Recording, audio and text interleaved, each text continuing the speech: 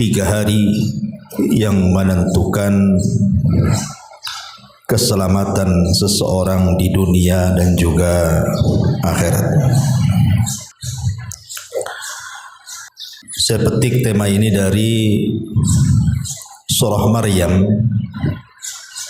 ayat 33. Diambil dari perkataan Isa ibnu Maryam, di mana Allah Subhanahu wa taala mengatakan wassalamun alayya yauma wulidtu wa yauma amutu wa yauma ub'atsu hayya. Dan keselamatan semoga dilimpahkan kepadaku pada hari kelahiranku, pada hari di mana aku diwafatkan, dan pada hari di mana aku dibangkitkan kembali. Inilah 3 hari yang menentukan keselamatan manusia. Hari tatkala dilahirkan, hari tatkala diwafatkan, dan hari tatkala dibangkitkan. Ma'asyiral muslimat yang dimuliakan Allah Subhanahu wa taala, kita tahu bahwa syaitan tidak mungkin membiarkan anak turunan Adam itu selamat dari 3 hari. Hari saat dilahirkan, saat diwafatkan, dan saat dibangkitkan. Tetapi syaitan itu hanya bisa mendatangi 2 hari saja. Hari saat dilahirkan, maka syaitan akan hadir di situ.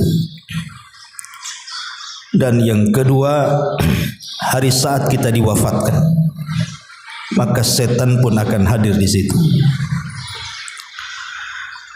Tetapi saat hari dibangkitkan, maka syaitan sudah tidak ada hubung kait dengan kita, dan kita pun tidak ada hubung kait dengan syaitan.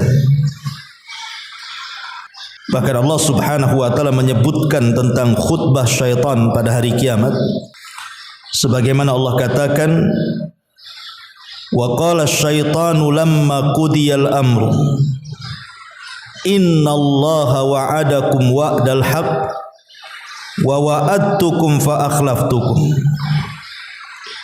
wa ma kana li 'alaikum min sultan illa an da'autukum fastajabtum li fala talumuni walumu anfusakum ma ana bimusrikhikum wa ma antum bimusrikhi inni kafartu bima asyraktumuni min qablu innadh zalimina lahum adzabun alim.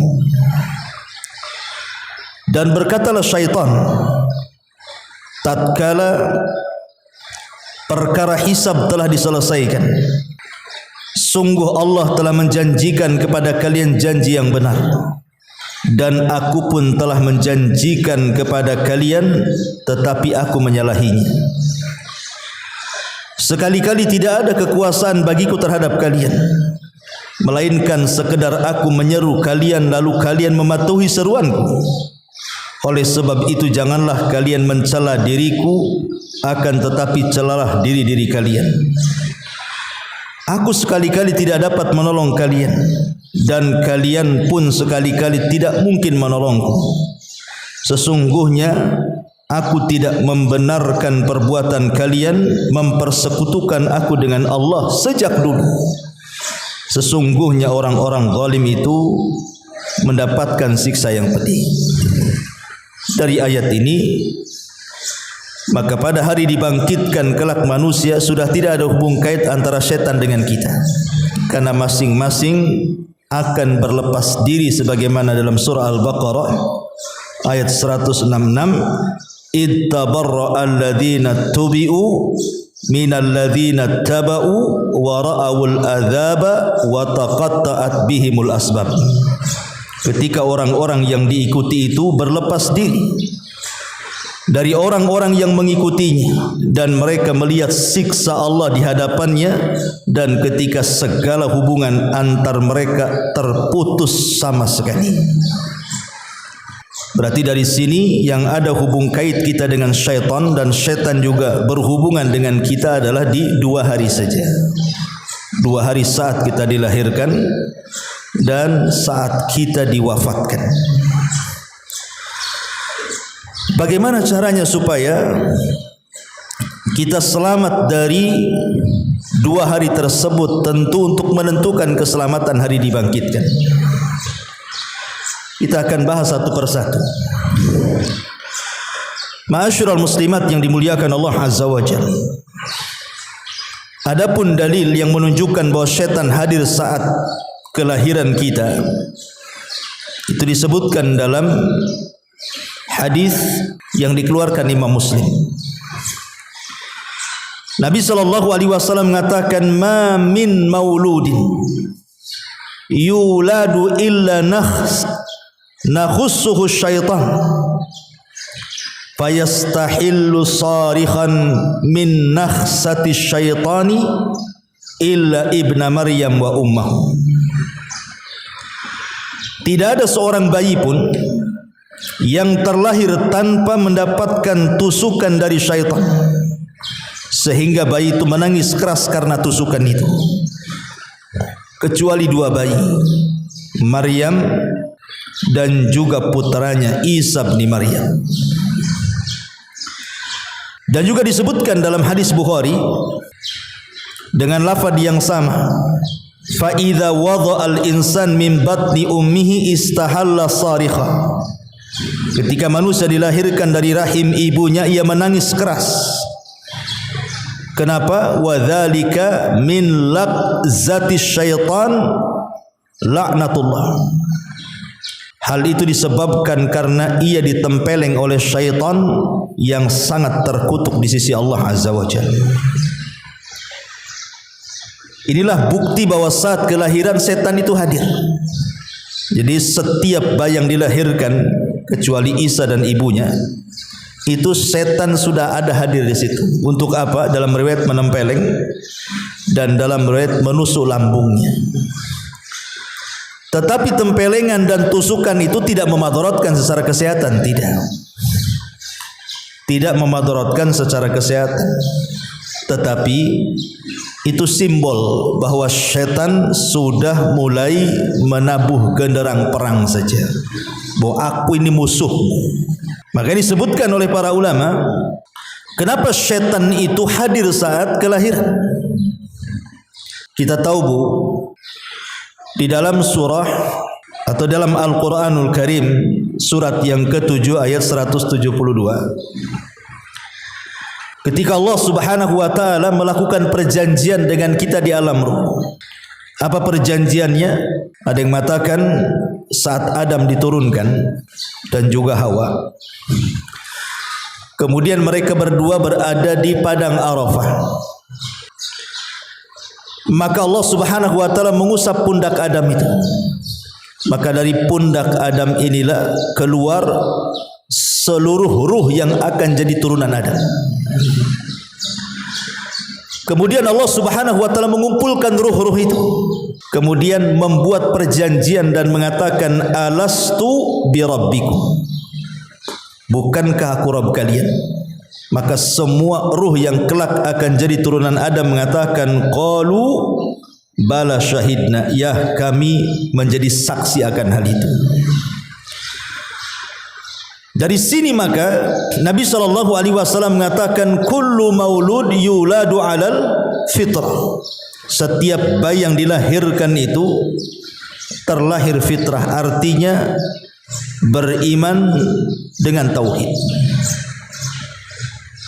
Makanya kalau seandainya ada bayi itu terlahir dan tidak dipengaruhi oleh pemahaman apapun, tumbuh begitu saja, maka bayi ini akan tumbuh besar beriman dan bertauhid karena terlahir fitrah. Masalahnya, kenapa kemudian bayi itu kemudian melenceng dari fitrahnya di sini? Maka ayat hadis selanjutnya mengatakan fa abawahu yuhawidanihi au yunassiranihi au yumajjisani. Lingkungan sekitarnya yang menjadikan dia beragama Nasrani. Boleh jadi mungkin kedua orang tuanya, boleh jadi mungkin saudara-saudaranya, boleh jadi mungkin lingkungan di sekitarnya. Akhirnya kemudian berpindah dari fitrah ke yang lainnya, sehingga dia menjadi Nasrani atau Yahudi atau Majusi. Lah, keterpalingan bayi yang tadinya fitrah kemudian berpaling dari fitrah itu adalah tidak lepas daripada apa? Dari gangguan setan. Makanya setan hadir saat kelahiran.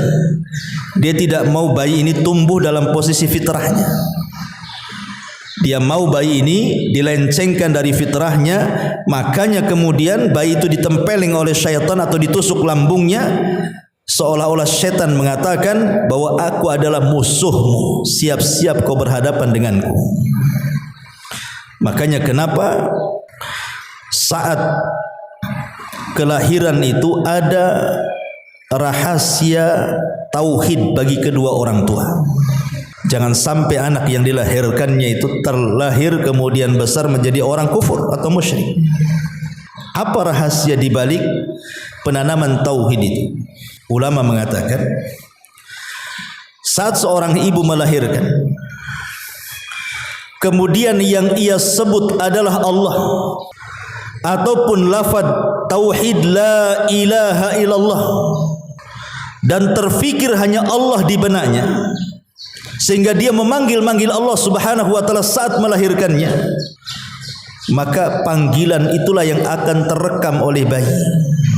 Tapi kalau seandainya panggilan orang tua saat merasakan sakit melahirkan itu yang dipanggil justru adalah sekutu-sekutu yang dijadikan sekutu bersama Allah, memanggil berhala, memanggil seperti orang Syiah, ya Husain begitu ya, ataupun berhala-berhala yang lainnya yang ia panggil saat kelahirannya, maka itu pula yang akan merusak fitrahnya. Makanya saat ibu hamil itu perbanyak istighfar, perbanyak berzikir, perbanyak baca Quran, supaya bayi ini ketika lahir di atas fitrahnya dan sampai besar dia mengikuti fitrahnya. Karena setan tidak akan rela bayi yang terlahir fitrah itu kemudian terlahir fitrah terus sampai dia besar. Kalau maunya setan itu disimpangkan. Inilah kenapa saat kelahiran itu yang sangat berperan adalah ibu daripada bayi tersebut. Karena bayi kan tidak tahu apa-apa. Jadi yang berperan keselamatan akidah bayi ini adalah orang tuanya. Ma'asyiral muslimat yang dimuliakan Allah subhanahu wa ta'ala, kelahiran itu adalah sebuah peristiwa besar. Kelahiran manusia itu adalah peristiwa besar. Selain daripada bagaimana seorang ibu melahirkan itu wahnan ala wahnin, lemah di atas kelemahan, dan ibu bisa rasakan kan itu yang pernah melahirkan. Tapi lebih daripada itu, kelahiran itu adalah kuasa Allah. Bagaimana Allah subhanahu wa ta'ala bisa merangkai dari segumpal mani, kemudian berubah menjadi segumpal darah, kemudian berubah menjadi segumpal daging, kemudian dimasukkan tulang belulang, kemudian dimasukkan aliran darah, saraf-saraf, dan begitu seterusnya sampai ditiupkan ruh. Tidak ada yang bisa melakukan kecuali Allah.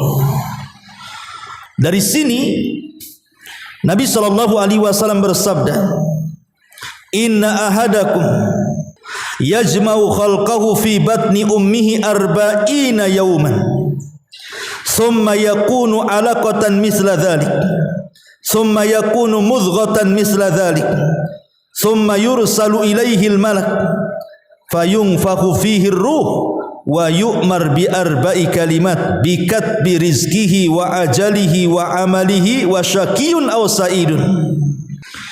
Kata Nabi SAW, sungguh penciptaan kalian dikumpulkan dalam rahim ibu kalian selama 40 hari berupa nutfah sperma, lalu menjadi alaqah segumpal darah. Selama itu pula maksudnya 40 hari, lalu menjadi segumpal mudghah daging selama itu pula 40 hari. Kemudian Allah mengutus malaikat untuk meniupkan ruh dan mencatat 4 perkara yang telah ditentukan, rizkinya, ajalnya, amalnya, sengsara dan bahagianya. Dari sini kita tahu bahwa kelahiran itu peristiwa besar, karena tidak ada yang bisa kecuali Allah yang buat. Coba ibu bayangkan, kalau ibu yang pernah belajar biologi kan,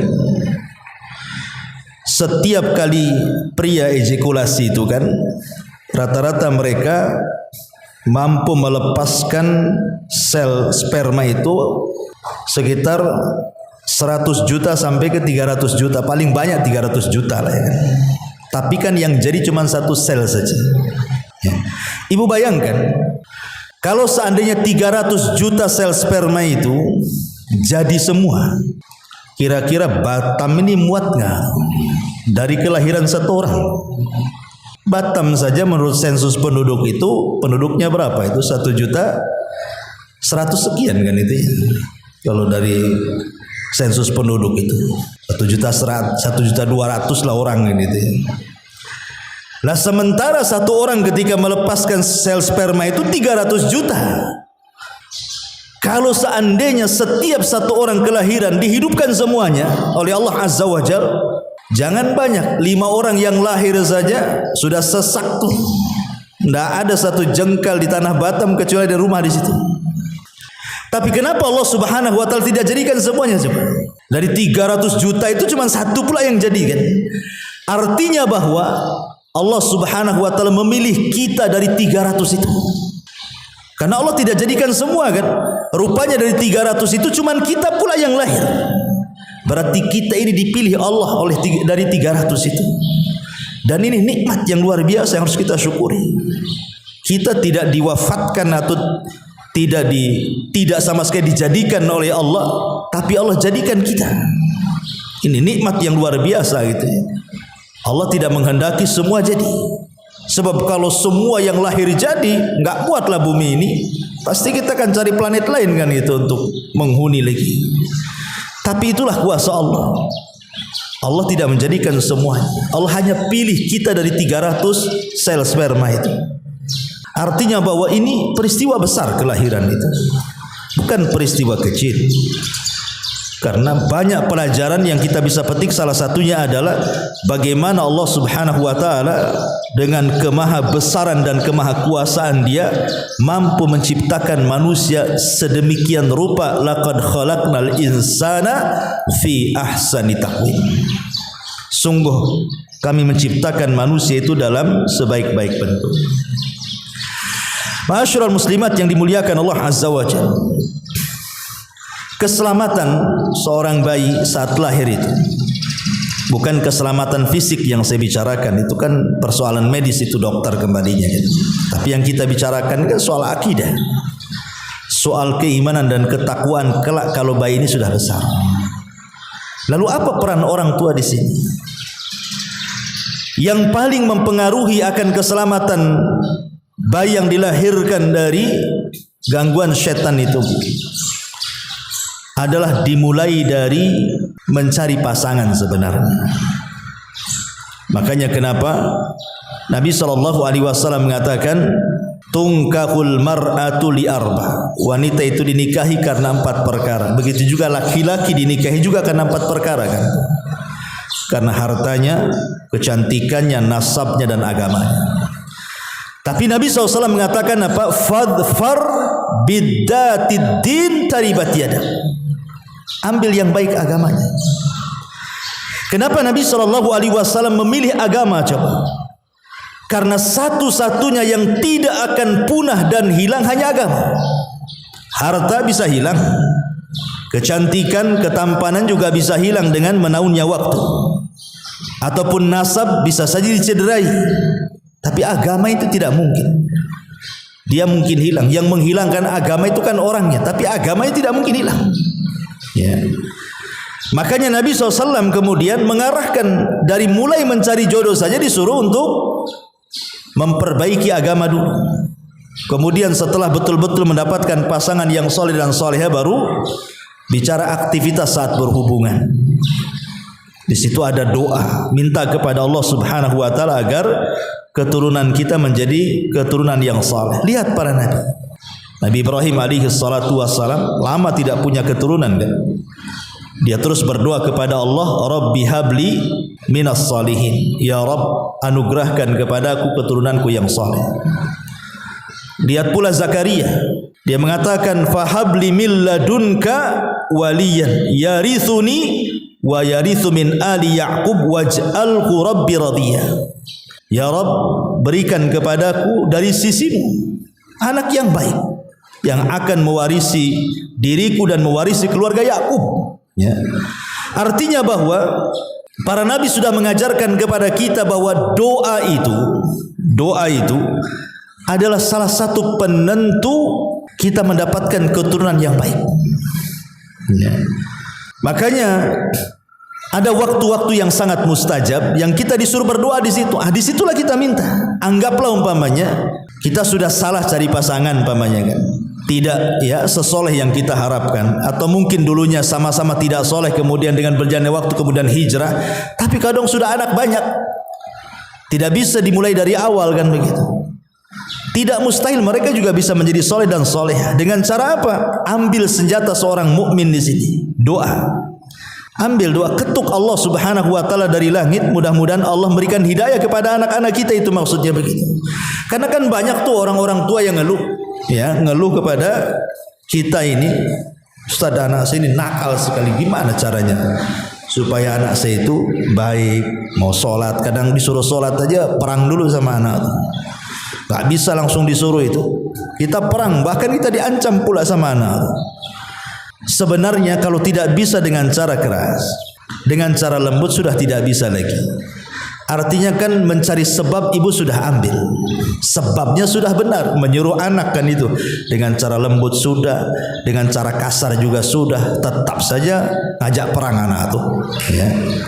Maka satu-satunya senjata cuma satu, ketuk pintu langit.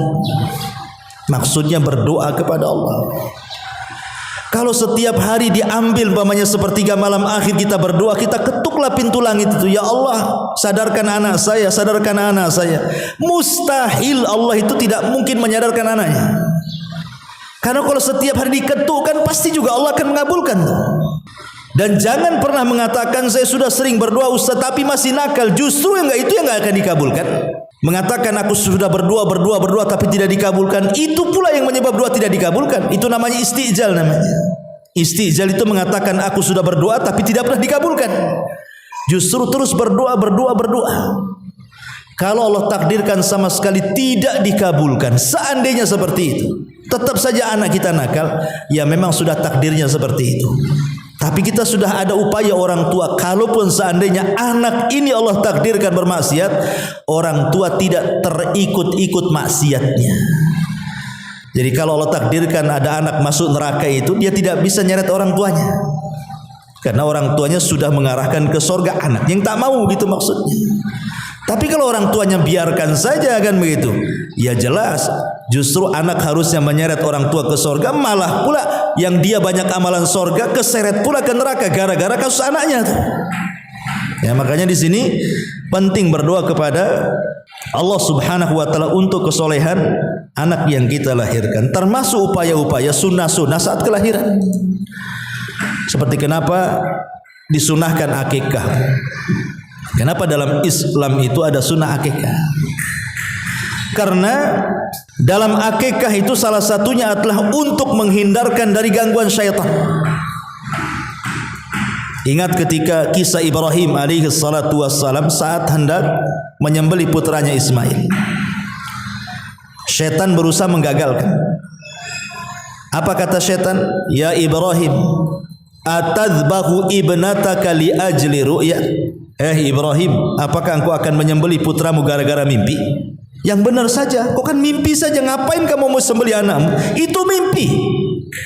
Tapi Ibrahim berusaha melawan waswas syaitan, kemudian dilemparnya dengan 7 batu. Akhirnya kemudian Ibrahim betul-betul menyembelih Ismail. Apa yang terjadi? Allah Subhanahu wa taala firmankan, wa fadainahu bidzibhin azim. Kami ganti Ismail dengan sembelihan besar. Maksudnya kambing gibas. kemudian Ismail tidak jadi disembelih, kambing itulah yang disembelih. Artinya bahwa penyembelihan Ibrahim terhadap kambing itu setelah berhasil dari apa? Godaan setan tuh. Akhirnya dia menyembelih kambing dalam rangka mendekatkan diri kepada Allah. Jadi kalau ibu kemudian akikah kepada bayi dalam rangka lillahi ta'ala, maka itu salah satu menyelamatkan agama anak. Dan para ulama mengatakan di antara hikmahnya adalah untuk memperbaiki keyakinan agama dan ibadah anak kita kelak kalau sudah besar. Dan lebih daripada itu manfaatnya adalah seandainya Allah takdirkan anak kita meninggal, saat lahir meninggal, ya, atau sudah umur setahun 2 tahun meninggal, maka anak yang sudah diakikahi itu sudah tidak tergadaikan lagi. Artinya antara kita dengan anak itu tidak ada penghalang dengan Allah. Kelak anak itu akan jadi syafaat orang tuanya. Tapi kalau belum diakikahi masih tergadai itu. Makanya Rasul mengatakan kullu gulam murtahanun bi aqiqati, setiap bayi yang dilahirkan itu tergadaikan dengan akikahnya. Apa yang maksud tergadaikan di sini? Tertahan syafaatnya. Sehingga akan sulit anak itu memberikan syafaat kepada orang tuanya. Makanya penting akikah ini selain daripada menghindar dari gangguan setan bagi anak kita, memperbaiki agama dan keyakinan anak kita, lebih daripada itu akan mengantarkan syafaat bagi orang tuanya. Nah, ini juga dilakukan, ya, termasuk juga memberikan contoh terbaik. Tak bisa seseorang itu mendidik anak tapi kita tidak bisa mencontohkan yang baik. Nak solat tapi orang tua tak solat, bagaimana caranya? Anaknya bisa berdalil, ibu aja nggak solat kau nyuruh-nyuruh aku solat pula, kan itu. Pasti akan dibalikkan tuh dalilnya tuh. Makanya anak kecil itu biasanya mereka hanya mencontoh saja. Sebab anak-anak kecil itu, anak-anak tanggung gitu kan, umur 3, 4, 5 tahun dan pokoknya belum besar lah. Itu kan mereka hanya melihat apa yang dilakukan orang tuanya, maka dia ikut. Makanya kalau ibu punya anak kecil kan, kemudian disuruh main itu pulang dapat kosakata baru. Dari mana itu kosakata baru? Kadang-kadang itu bahasanya nggak jelas tuh. Bahasanya yang kasar-kasar, orang tua tidak pernah mengajari itu. Tapi dia pulang pula ada bawa kosakata baru tuh anak-anak tuh. Menunjukkan bahwa anak kecil itu hanya melihat, mendengar, menghafal. Kalau itu yang kemudian dicontohkan oleh orang tuanya suka baca Quran, suka solat, suka wirid, dan anak kecil melihat kita pasti nggak disuruh pun dia ikut-ikut, namanya anak-anak kan itu ya. Dan kalau itu sudah menjadi kebiasaan dia, akan mudah lagi nanti kalau dia sudah besar. Nah, itulah makanya butuh al-qudwatul hasanah di sini. Dari sini kata ulama salaf, liyakun awal islahika libaniyin islahu kali nafsika. Kata ulama, hendaklah kebaikan dirimu terhadap anakmu atau memperbaiki dirimu kepada anakmu itu dilakukan dengan cara perbaiki dirimu sebelum memperbaiki anakmu. Ma'asyiral muslimat yang dimuliakan Allah Azza wa Jalla. Jadi terus kewajiban kita mendidik anak, kemudian bukan hanya sekedar membina jasmaninya saja, Bu, tetapi juga lebih daripada itu adalah rohaninya. Terkadang kesalahan orang tua mendidik itu kan hanya diperhatikan soal jasadnya saja. Ketika dia sakit, orang tua stres, kan itu ya. Cemana anak saya. Ketika anak kita belum makan itu, 1 hari dicari dia belum makan, ya, kasihan kan itu. Ketika tidak punya pakaian, sibuklah carikan pakaian. Ketika jatuh saja khawatirnya luar biasa. Hilang 1 hari saja udah cemas luar biasa. Apa hanya sebatas itu kasih sayang orang tua memperhatikan jasad anak? Tidak. Lebih daripada itu, hendaklah rohaninya. Iman, takwa, akidah, itulah yang ditanamkan sejak kecil. Dan itu kita bisa dilihat dari kasusnya Luqmanul Hakim kepada putra-putranya. Apa nasihat disebutkan dalam surah Luqman itu? Allah mengatakan, ya bunayya la tusyrik billahi innasyirka la zulmun azim. Wahai anakku, janganlah sekutukan Allah dengan menyekutukan Allah, sesungguhnya kesyirikan itu adalah kezaliman yang sangat besar. Ini yang pertama. Yauma wulid, pada hari dilahirkan. Kemudian yang kedua, setan akan hadir saat manusia diwafatkan. Ma'asyiral muslimat yang dimuliakan Allah Subhanahu wa taala. Kita tahu bahwa setan tidak akan redha apabila manusia menghembuskan nyawa terakhirnya dia dihadiahi oleh Allah sebagai husnul khotimah. Setan tidak akan rela. Makanya setan itu akan lebih dekat kepada orang sakit dibandingkan orang sehat. Untuk apa? Menanamkan keputusasaan. Bagaimana caranya orang sakit itu putus asa? Ini yang target setan ini, supaya mati di atas keputusasaan. Dan kita bisa saksikan betapa banyak orang sakit yang diuji oleh Allah dengan sakit yang parah, terbaring stroke atau di kursi roda atau terbaring dalam pembaringan tidak bisa apa-apa, kadang-kadang menahun sakitnya. Terkadang setan masuk di otak dia, ya udah lebih baik mati saja. Ya, terkadang sebagian mereka betul-betul mengakhiri hidupnya saking putus asanya dengan penyakitnya. Lah kalau itu yang terjadi, berarti setan itu berhasil menjadikan dia wafat di atas suul khatimah. Makanya kenapa kita saat sedang sakit itu perbanyak isti'adzah itu, perbanyak minta perlindungan dari setan yang terkutuk kepada Allah Azza wa Jalla itu. Banyak isti'adzah dan istighfar saat sakit itu, supaya jangan-jangan dekat-dekat setan. Karena begini Bu, kalau saat detik-detik wafatnya yang turun itu malaikat, maka setan akan lari. Dan itu yang kita harapkan. Sebagaimana Allah mengatakan dalam Al-Quran itu, innal ladzina qalu rabbuna Allah tsumma istaqamu tatanazzalu alaihimul malaikah alla takhafu wa la tahzanu wa abshiru bil jannati allati kuntum tu'adun. Orang-orang yang mengatakan Rabb kami Allah, kemudian istiqamah dengan kata-kata itu, maka saat wafatnya tatanazzalu alaihimul malaikah, malaikat akan turun tuh. Kemudian membisikkan di telinganya, jangan takut dan jangan sedih karena surga sudah dijanjikan Allah kepadamu. Ketika malaikat rahmat itu yang turun, maka secara otomatis setan akan lari. Karena setan itu akan kabur kalau melihat malaikat. Setan itu pasti lari tuh kalau melihat malaikat itu. Buktinya adalah ketika perang Badar.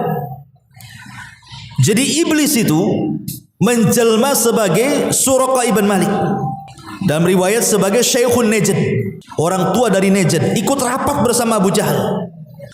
Kemudian dia menjanjikan nanti kalau terjadi peperangan dia akan bawa pasukannya, supaya apa? Mengompori pasukan Abu Jahal supaya menyerang Nabi. Ketika Abu Jahal terkompor dengan iblis ini, bahwa iblis akan membawa bala tentaranya membantu Abu Jahal dan pasukannya, ketika betul-betul terjadi perang Badar, apa yang terjadi Bu? 5.000 malaikat turun dipimpin Jibril.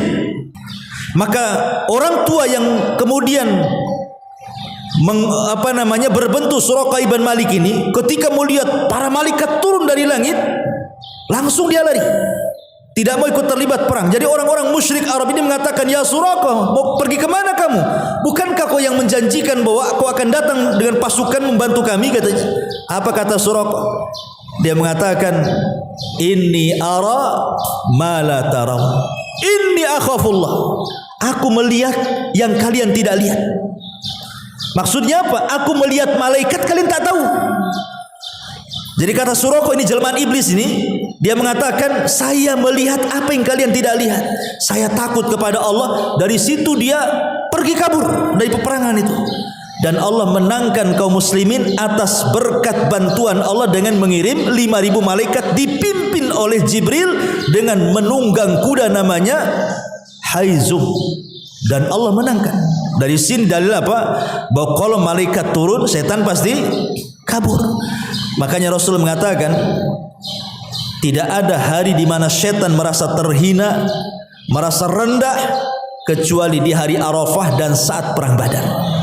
Kenapa? Karena di 2 hari itu malaikat turun.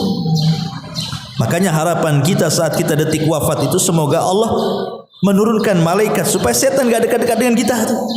Dan itu hanya bisa dilakukan orang-orang yang istiqomah. Makanya hadis Rasul mengatakan apa Bu? Rasul mengatakan, man mata yub'atsu kullu 'abdin ala ma mata alaihi.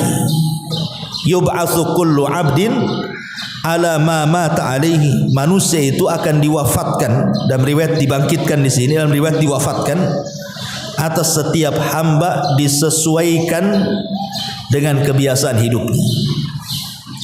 Kalau hidupnya penuh dengan istiqomah, pemain istiqomah sholat terus, maka dia akan diwafatkan seperti itu. Kalau selama hidupnya istiqomah puasa terus, maka akan diwafatkan seperti itu, sedang puasa. Kalau seumur hidupnya dia gemar baca Quran terus, maka akan diwafatkan seperti itu, baca Quran. Karena Ibnu Katsir mengatakan man mata ala syai'in, gimana lafaz? Pokoknya lafaznya barang siapa yang meninggal, maka dia akan meninggal sesuai dengan kebiasaannya. Kita biasa apa? Kalau biasa maksiat, meninggal di atas maksiat. Kalau biasa ibadah, meninggal di atas ibadah. Gitu maksudnya. Makanya hanya orang-orang yang istiqomah itulah yang tatanazzalu alaihimul malaikah. Malaikat akan turun.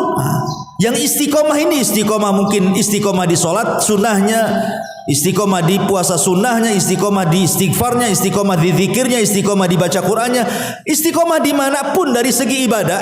Maka disitulah yang akan menolong kita menentukan keselamatan saat kita wafat itu. Karena kalau malaikat yang turun, setan pasti pergi, gak akan dekat-dekat kita.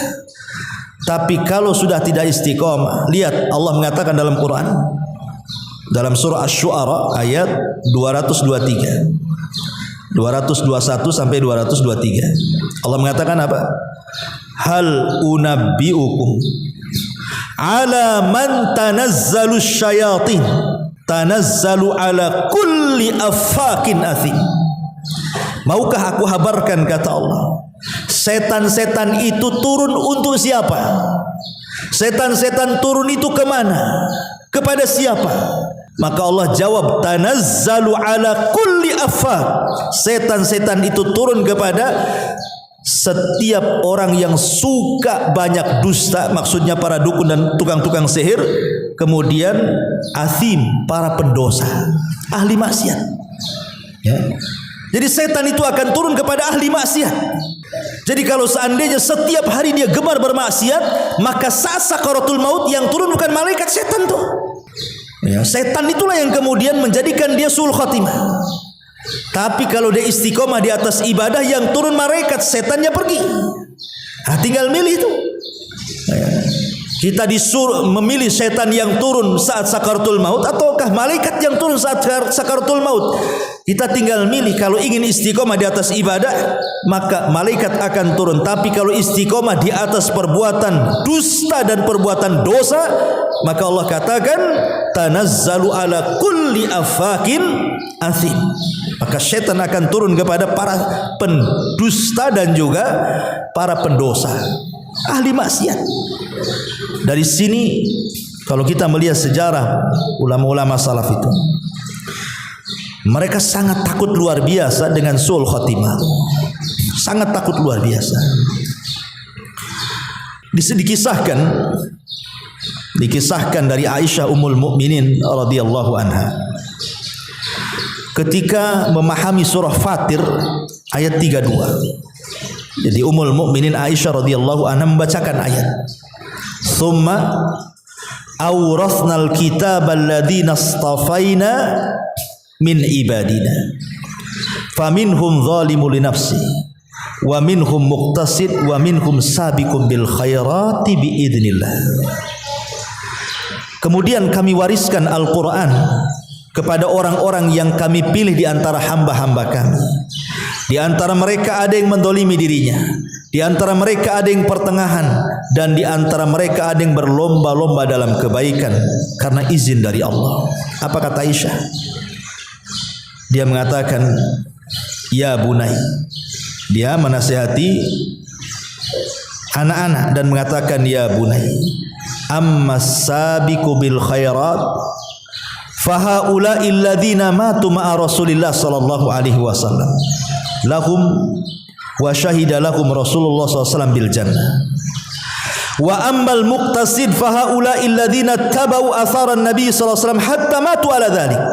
Wa amma zalimu li nafsi famithli wa mithluka ya bunai. Kata Aisyah radhiyallahu anha mengatakan, Dalam surah Fatir ayat 32 itu kan manusia terbagi tiga, Bu. Ada manusia yang paling tinggi derajatnya disebut sabiqum bil khairat, berlomba-lomba di atas kebaikan. Kata Aisyah, merekalah orang-orang yang hidup bersama Nabi,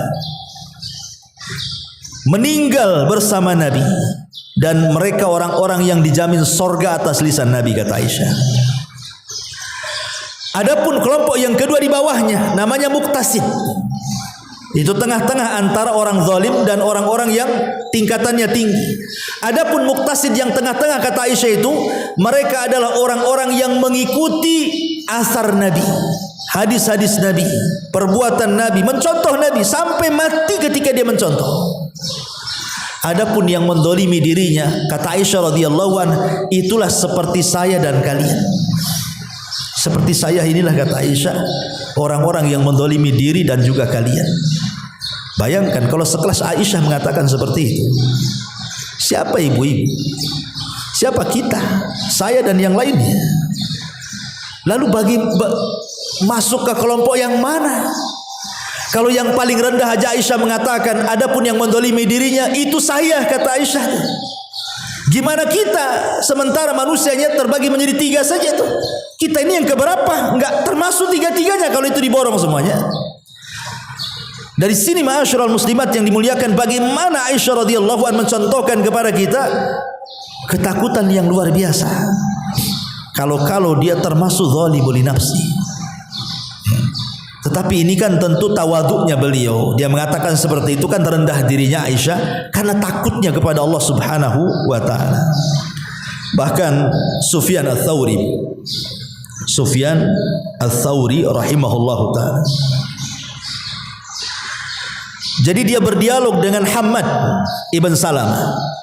Sufyan Ats-Tsauri ini berdialog dengan Hammad ibn Salamah. Ketika itu Sufyan Ats-Tsauri sedang sakit parah. Ya, Sufyan Ats-Tsauri itu sedang sakit parah.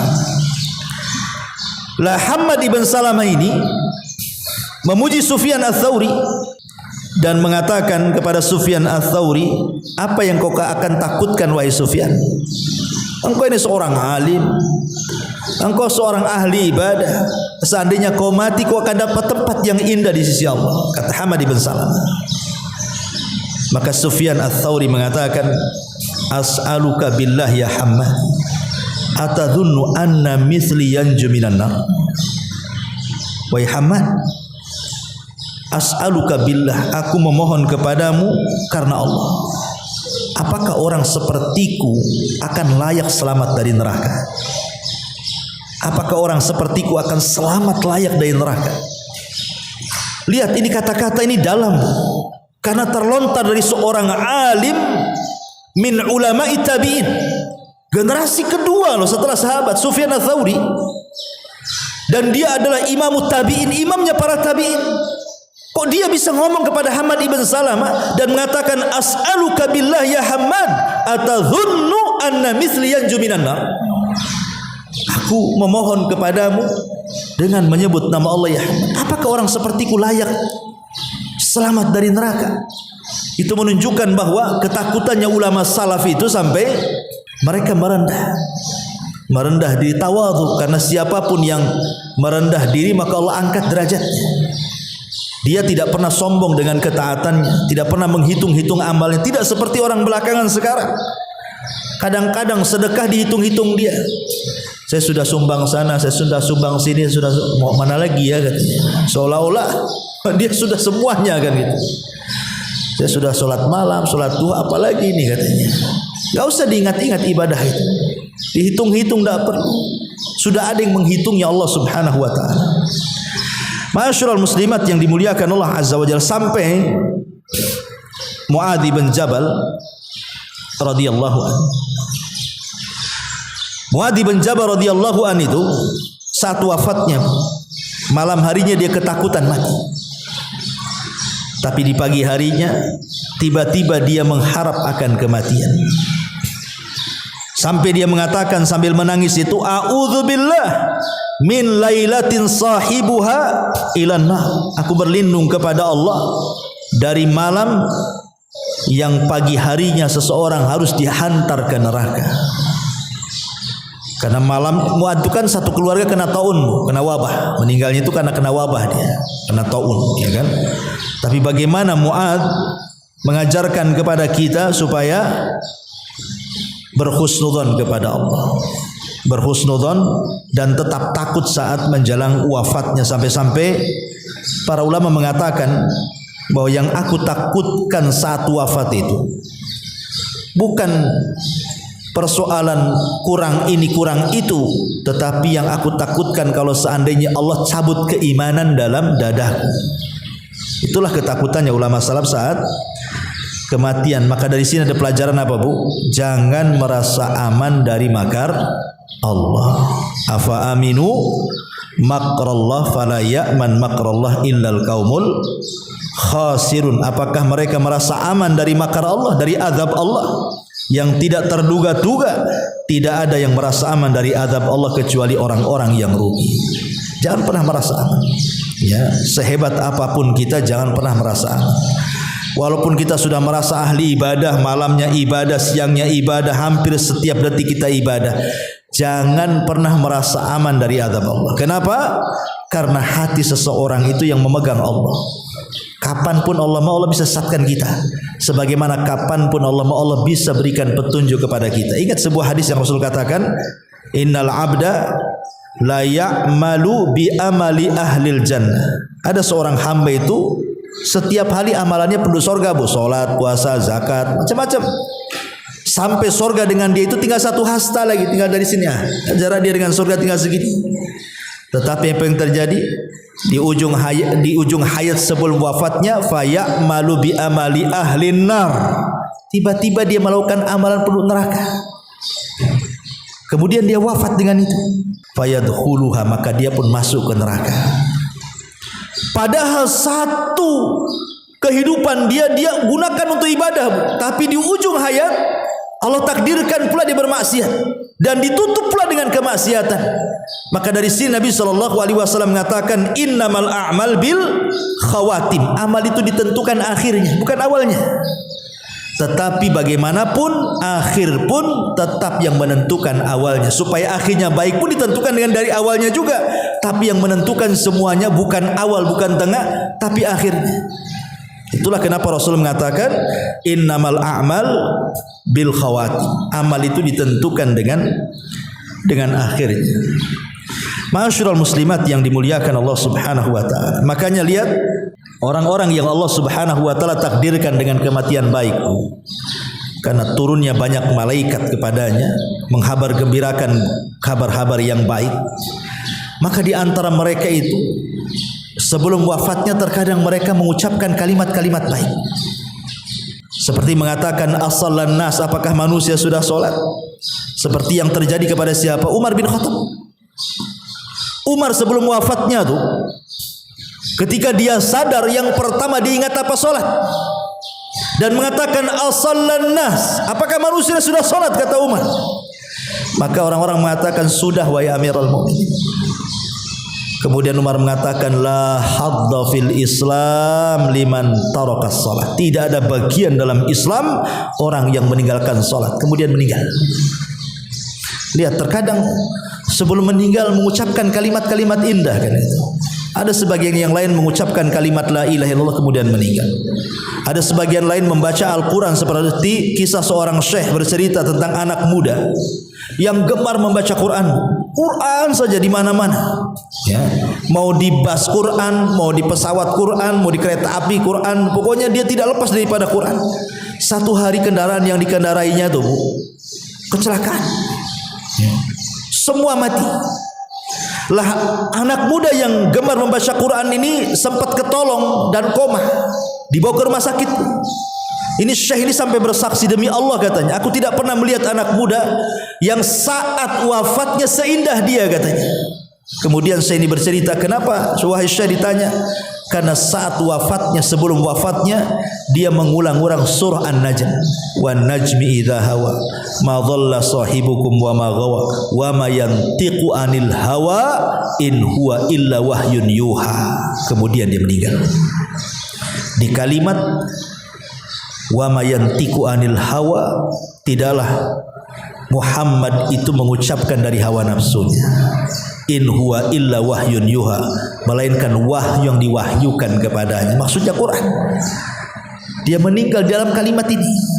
Ya, jadi itulah kalau malaikat yang turun, macam-macam ekspresi orang meninggal. Itu ada yang tersenyum, ada yang kemudian penuh dengan keringat di dahi, dan itu ciri-ciri husnul khatimah. Dan begitu seterusnya. Tapi kalau setan yang turun, Bu, macam-macam juga tuh. Orang wafat tuh. Ada yang dikomakan gak mati-mati, tersiksa hidupnya.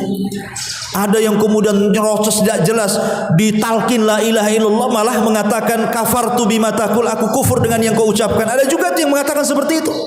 Seorang syekh bercerita, jadi ada anak muda sedang sakaratul maut, dia ahli maksiat anak muda ini. Ditalkin sama seorang alim, ya fulan qul la ilaha illallah. Wahai fulan, katakan la ilaha illallah. Apa kata dia? Kafartu bima taqul, aku kufur dengan kalimat itu, katanya. Kemudian dia meninggal. Sampai seperti itu menolak kalimat itu. Padahal, Bu, tidak ada satupun kalimat yang mampu diucapkan orang sedang sakaratul maut kecuali la ilaha illallah. Tidak ada. Sebutkan kalimat apa yang mudah diucapkan orang sakaratul maut kecuali kalimat la ilaha illallah. Hanya itu yang bisa diucapkan orang sedang sakaratul maut. Tapi betapa banyak orang yang tidak sanggup mengucapkannya, apalagi yang lain. Ya, kadang-kadang aneh nih, orang sedang sakaratul maut diajak ngobrol, Bu. Apa yang diajak ngobrol? Udah mau mati. Ya, ditalkin dengan la ilaha illallah. Ya. Ma'asyiral muslimat yang dimuliakan Allah Azza, dan banyak lagi kisah-kisah para sahabat, ya, dan juga para tabi'in, bagaimana saat wafat mereka wafat di atas husnul khatimah. Artinya inilah hari kedua supaya kita selamat dari setan saat kematian, karena setan lebih dekat minta kepada Allah agar yang turun para malaikat, dan itu dengan cara beristiqomah di atas ibadah. Dan yang terakhir tentu wa yauma ub'atsu hayya, saat kita dibangkitkan. Dan keselamatan saat dibangkitkan itu ditentukan saat kita dilahirkan dan saat kita diwafatkan.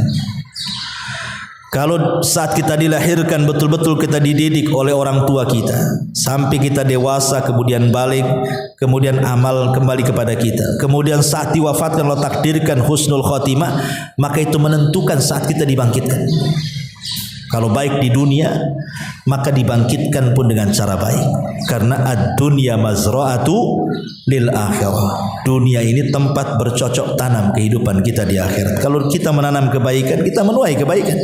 Kalau kita tanam keburukan, kita pun akan menuai keburukan. Wa man ya'mal mithqala dzarratin khairan yarah wa man ya'mal mithqala dzarratin syarran yarah.